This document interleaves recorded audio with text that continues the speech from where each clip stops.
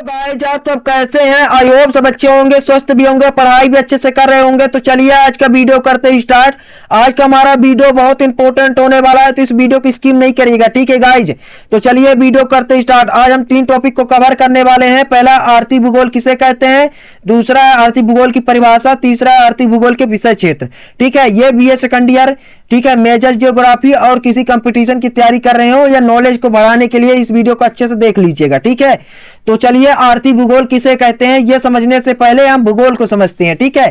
तो भूगोल जियो तथा ग्राफी, जियो का अर्थ है पृथ्वी और ग्राफी का अर्थ है वर्णन करना, यानी जियोग्राफी का अर्थ है पृथ्वी का वर्णन करना। यानी भूगोल में क्या, पृथ्वी का वर्णन, यानी पृथ्वी का वर्णन मिलता है, ठीक है। भूगोल में हम पृथ्वी के बारे में जानकारी लेते हैं। इसके बाद भूगोल की कितनी शाखा है, तो भूगोल की 2 प्रमुख शाखाएं, एक भौतिक भूगोल, एक मानव भूगोल, ठीक है। इसके बाद आ जाइए अब आर्थिक भूगोल को समझते हैं। तो आर्थिक भूगोल जो है तो मानव भूगोल की एक प्रमुख क्या है, शाखा है, ठीक है। तो हमने बताया कि भूगोल की कितनी शाखाएं, तो 2 शाखाएं, एक मानव भौतिक भूगोल, एक मानव भूगोल, और ये आर्थिक भूगोल मानव भूगोल की एक प्रमुख शाखा है, ठीक है, जिसके अंतर्गत मानव के आर्थिक क्रियाओं का अध्ययन किया जाता है, ठीक है। ये तो आप कैसे लिखेंगे एग्जाम में, आप लिखिएगा कि आर्थिक भूगोल मानव भूगोल की एक प्रमुख शाखा है जिसके अंतर्गत मानव के आर्थिक क्रियाओं का अध्ययन किया जाता है। अब दूसरे शब्दों में कहें तो आर्थिक भूगोल में मृदा, जल, खनिज, अखेट, मछली पालन, पशुपालन, कृषि कार्य, विनिर्माण, परिवहन, संचार, व्यापार आदि अन्य का अध्ययन किया जाता है। तो आप इसको भी लिख दीजिएगा ताकि एग्जामिनर जब कॉपी चेक करे तो अच्छे से नंबर दे दे। तो आपको कैसे लिखना है, आर्थिक भूगोल किसे कहते हैं, तो आपको पहले लिखना है आर्थिक भूगोल मानव भूगोल की एक प्रमुख शाखा है जिसके अंतर्गत मानव की आर्थिक क्रियाओं का अध्ययन किया जाता है। बहुत सरल टॉपिक लेकर आए हैं और बहुत सरल टॉपिक में, मतलब ये हर एग्जाम में पूछ लिया जाता है और इसको मैं बहुत सरल शब्दों में समझा रहा हूं। इसको लिख कर ही आइएगा, अगर आ गया तो आता है, बार बार आता है।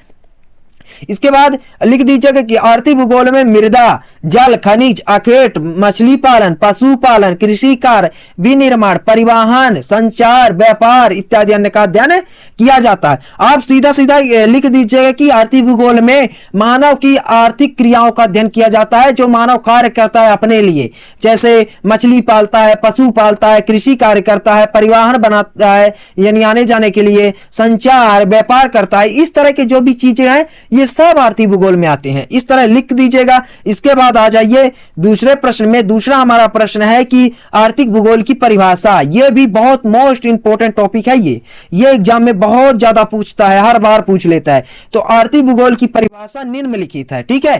फिर इसके बाद लिखिएगा ये इसके अनुसार भी पूछता है कि प्रोफेसर जिम्मे रमन के अनुसार बताइए परिभाषा। तो इनके अनुसार देख लेते हैं।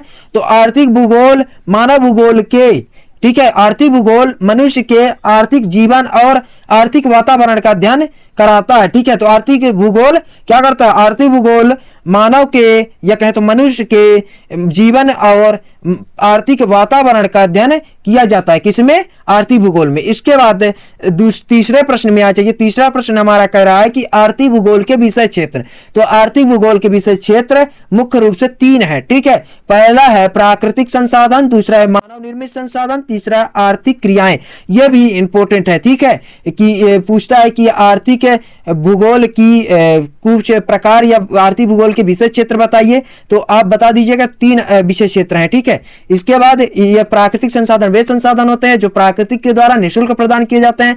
मानवीय संसाधन, हम लोग खुद भी मानव है, मानव के विकास, जनसंख्या, ये रहन सहन, आय, ये सभी मानव भूगोल के मतलब मानव संसाधन के अंतर्गत आते हैं। आर्थिक क्रियाएं आप लोग जानते ही हैं कि जो मानव करता है अपने मतलब आर्थिक चीजें, जैसे कृषि करना, व्यापार करना, इस तरह की चीजें आर्थिक क्रियाओं में आता है। तो आज के लिए इतना ही, मिलते हैं नेक्स्ट वीडियो में, तब तक के लिए जय हिंद, जय भारत।